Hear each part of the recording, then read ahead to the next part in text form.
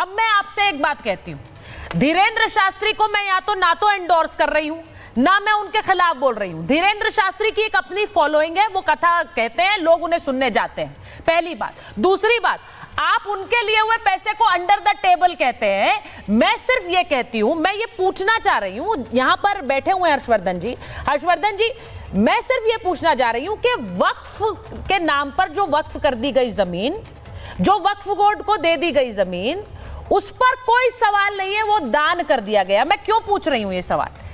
और अगर यहां किसी कथावाचक को दान किया जाए तो उस पर ढेर सारे सवाल हैं। ये मेरा एक क्वेश्चन है, मैं एक आम आदमी की तरह पूछना चाहती हूं। हर्षवर्धन जी इसका जवाब दीजिए, क्योंकि उस पर तो इतने बड़े बड़े बयान दिए जाते हैं कि हम इसे कूड़ेदान में फेंक देंगे। नवल जी बैठे हुए हैं, उनके नेता ने कहा उसे कूड़ेदान में फेंक देंगे। लेकिन अगर एक संत कथा बोलता है और वो अगर पैसे लेते हैं, मैं फिर कहूंगी, मैं क्यों किसी के जाकर पता करूं कि वो कितने पैसे ले रहे हैं? भाटी जी, मैं तो अपने मेहमानों का पता नहीं करती हूं, मैं किसी का जाके क्यों पता करूं कौन कितने पैसे ले रहा है? लेकिन वहां पर एक बात बताइए मुझे हर्षवर्धन जी, एक मिनट, मैं राजेश जी आपके पास क्या संबंध है? मैं हर्षवर्धन जी से पूछ रही हूं। हर्षवर्धन जी, इस बात पर यह कहना कि वो अंडर द टेबल पैसे ले रहे हैं, वो तो 50 लाख रुपए ले रहे हैं, भाई आप क्यों लेकर आए धीरेन्द्र शास्त्री को इस विवाद में? पहले आपने उसे ब्राह्मण वर्सेस यादव बनाया है, उसके बाद उस पर सियासत चल रही, सब देख रहे हैं, और अब धीरेन्द्र शास्त्री नए टारगेट हो गए हैं कि धीरेन्द्र शास्त्री पैसे ले रहे हैं, Dhirendra Shastri under the table ले रहे हैं। एक मिनट हर्षवर्धन जी, पहले मैं हर्षवर्धन जी से पूछूं। सुचरिता, मुझे बड़ा सचमुच एक तरह से कहें कि आश्चर्य भी हो रहा है और मुझे समझ में नहीं आ रहा है कि अखिलेश यादव कौन सी राजनीति करना चाहते हैं। और आजकल अखिलेश यादव जी का भी और राजकुमार भाटी जी का भी ब्राह्मण निशाने पर हो तो बड़ा अच्छा लगता है इन लोगों। और पता नहीं इनको पता है कि नहीं, लेकिन उत्तर प्रदेश की राजनीति को मैं जब से देख रहा हूं और उसके पहले भी, कोई भी ब्राह्मण यादव जाति संघर्ष का कोई इतिहास है नहीं। मुलायम सिंह यादव इस बात को बहुत अच्छे से जानते थे, और कोई एक इतिहास उठाकर बताएं तो भाटी जी को याद हो तो वो बताएं। ठीक है, अलग अलग जातियों में संघर्ष होता है, जाति संघर्ष, जाति सच्चाई तो जाति संघर्ष सच्चाई।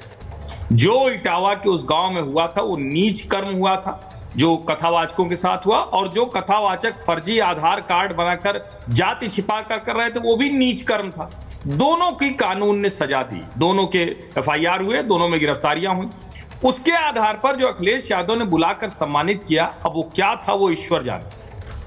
वो कार्यालय में अपने बुलाकर उनको वहां ढोलक बजवाना और वहां वो उसको पूरा विवाद बताना, वो क्या था? उसके बाद 19 लड़के यादव समाज के ही वो दंगे में, हुड़दंग में पकड़े गए। उसमें कुछ यादव ही नहीं थे, कुछ एक ब्राह्मण भी थे, और वो सब जेल गए। उनको छुड़ाने कोई नहीं आया, ना अखिलेश यादव आए ना कोई और आया। इसका मतलब क्या हुआ? इसका मतलब हुआ कि अखिलेश जी का तो सब जो मामला है वो चल गया, और नुकसान किसका हुआ? वो नौजवान बच्चे। ये कहना जरूरी था। अब दूसरी बात, अभी ये भाटी जी ने कहा कि वो पाखंडी है, ये इस तरह से मैंने आज तक इनको कभी और किसी को बोलते सुना ही नहीं। किसी का पता चल जाए कि ब्राह्मण है ना, तो राजकुमार भाटी के मुंह से जहर निकलने लगता है, और बड़ा ये दुर्भाग्यपूर्ण है। मैं तो कहता हूं भाटी जी, आप तो ज्यादा सक्षम हैं, मुझसे तो बहुत सक्षम है आप यहाँ, लेकिन पता नहीं कौन सा मन में जहर भर गया। और पिछले 6-8 महीने में सोशल मीडिया ने राजकुमार भाटी को इतना बर्बाद किया है। मैं सच बताऊं, ये बड़े बौद्धिक व्यक्ति हैं। मेरी इनसे निजी बातचीत जब होती है या टीवी पर भी जब पहले डिबेट होती थी तो आनंद आता था, क्योंकि तर्क करते थे।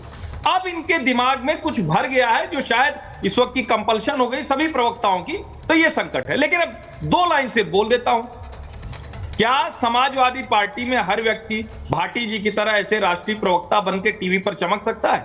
नहीं चमक सकता। बहुत से समाजवादी पार्टी के प्रवक्ता होंगे जो सारे जीवन वो जिले का जो संवाददाता होता है उसके सामने नहीं बोल पाते।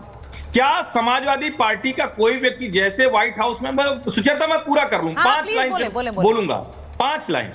सुचेता, क्या अखिलेश यादव की तरह व्हाइट हाउस समाजवादी पार्टी के और लोगों का होता है? तो क्या हर कोई कह दे कि Akhilesh Yadav under the table ले रहे हैं, पता नहीं कितना पैसा ले जा रहे हैं?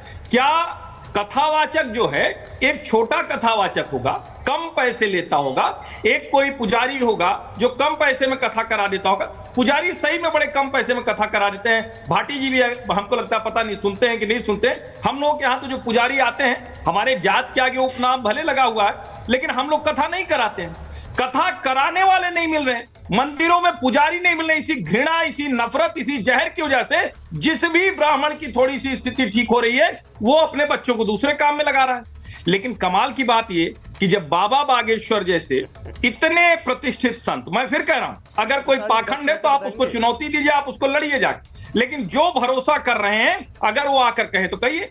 अंडर द टेबल मतलब क्या हो, रिश्वत ले रहे हो किसी के, आप कह रहे हैं कि चाय पीने के लिए पैसा लेते हैं, किसी से जबरदस्ती कनपट्टी पे कट्टा सटाकर पैसा लिया, वो लोग बाबा बागेश्वर के साथ चाय पीने के लिए पैसा अगर दे रहे हैं तो ये उनका दोष है ना। भाटी जी, आपके साथ भी चाय पीने के लिए बहुत लोग चंदा देते होंगे, आपके साथ बैठने के लिए, आप छोटे व्यक्ति थोड़ी ना।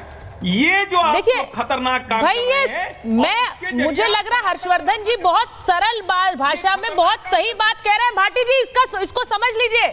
उन्होंने जो बात कही, मेरी आपत्ति इस बात पर नहीं, मैं फिर कहूंगी, आपने कहा कि आपको यहाँ बैठा, आपको पता करके बैठना चाहिए कि वो कितने पैसे लेते हैं कथा के लिए, और आप यहाँ पर बैठकर हिंदू मुसलमान करा रहे हैं, आप यहाँ पर नफरत फैला रहे हैं।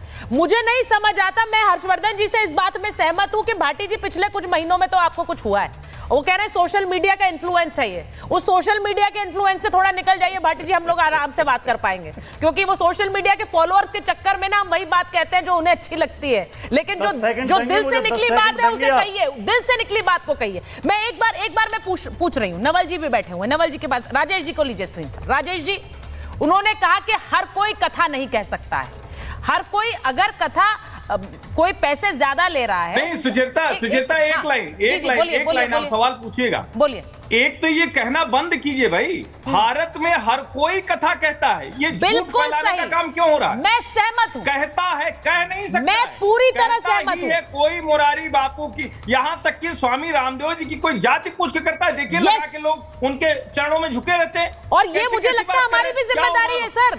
मैं तो ये खुलकर कहती हूँ कि जिम्मेदारी हमारी है, हमें ये कहना चाहिए, लोगों तक पहुंचाना चाहिए, बिल्कुल। और इसीलिए मैं राजेश जी आपसे कह रही हूं, उनका ये कहना है, अगर उन्होंने ये तर्क दिया कि अगर कथावाचक बहुत सारे पैसे ले रहे हैं तो इसीलिए उन्होंने यादव कथावाचकों को बुलाया, क्योंकि वो पैसे अगर नहीं दे पा रहे थे तो कोई सस्ते में कथा कह दे। मुझे नहीं लगता आपको इस पर आपत्ति होगी, या फिर आपत्ति है? राजेश जी की आवाज नहीं आ रही, राजेश जी अनम्यूट कर लीजिए।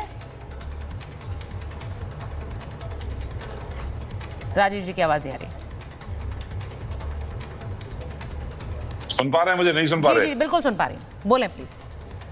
हाँ, मैं तो ऐसी जगह से आता हूँ संयोग से, और मैं अपना सौभाग्य समझता हूँ इस बात का, मथुरा वृंदावन में रहता हूँ और वहां से चुना हुआ जनप्रतिनिधि भी हूँ। और मथुरा वृंदावन ऐसी जगह है जहाँ देश के सारे संत रहते हैं, भागवताचार्य रहते हैं, और हर संत की, हर भागवत कथा या राम कथा कहने वाले की ये इच्छा भी रहती है वो वृंदावन में एक छोटा सा आश्रम बना करके यहाँ रहे। और उनकी कोई जाति नहीं है, सब जातियों के साधु सन्यासी ब्रज में रहने का काम करते हैं, कथा भागवत कहने का काम करते हैं, और सबसे हम लोग संपर्क में रहते हैं। साधु की क्या जाति होगी जी, संत की क्या जाति होगी? संत की कोई एक ही जाति है कि वो तो संत है, वो साधु है। यदि कोई उसको जाति में बांटने का काम कर रहा है तो ये बड़ा सोचनीय विषय है, कितना निम्न स्तर की सोच हो सकती है जो साधु महात्माओं को, जो संत महंतों को जाति में बांटने का काम कर रहा है। आइए ना मेरे यहाँ वृंदावन में, देखिए आकर के किस किस जाति के लोग हैं, ब्राह्मण भी हैं, बनिया भी हैं, ओबीसी भी हैं, दलित समाज के लोग भी हैं, निषाद समाज के लोग भी हैं, सब समाज के साधु हैं, कोई नहीं जानता उनको, सब एक साथ रहते हैं, सब एक साथ धार्मिक अनुष्ठान करते हैं, सब एक साथ सारे काम करते हैं। तो आज इस तरह की जो बातें अखिलेश यादव कर रहे